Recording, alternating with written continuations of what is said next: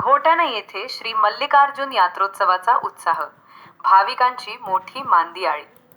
नमस्कार, आमचे प्रतिनिधी अजय विघ्ने, ब्रेकिंग महाराष्ट्रमध्ये आपले स्वागत. शेवगाव तालुक्यातील घोटण येथील प्राचीन श्री मल्लिकार्जुन महादेव मंदिर परिसरात वार्षिक यात्रोत्सवाला मोठ्या उत्साहात सुरुवात झाली आहे. भक्तिमय वातावरणात पार पडणाऱ्या या सोहळ्याचा घेतलेला हा विशेष आढावा. सकाळी 9 वाजता गंगेवरून आणलेल्या कावडींचे वाजत गाजत आगमन झाले. पारंपरिक वाद्यांच्या गजरात शिवभक्तांनी हर हर महादेवचा जयघोष करत परिसर दणाणून सोडला. पहाटे 4:30 देवाची भव्य पालखी सोहळा मुख्य ग्राममार्गावरून काढण्यात आला.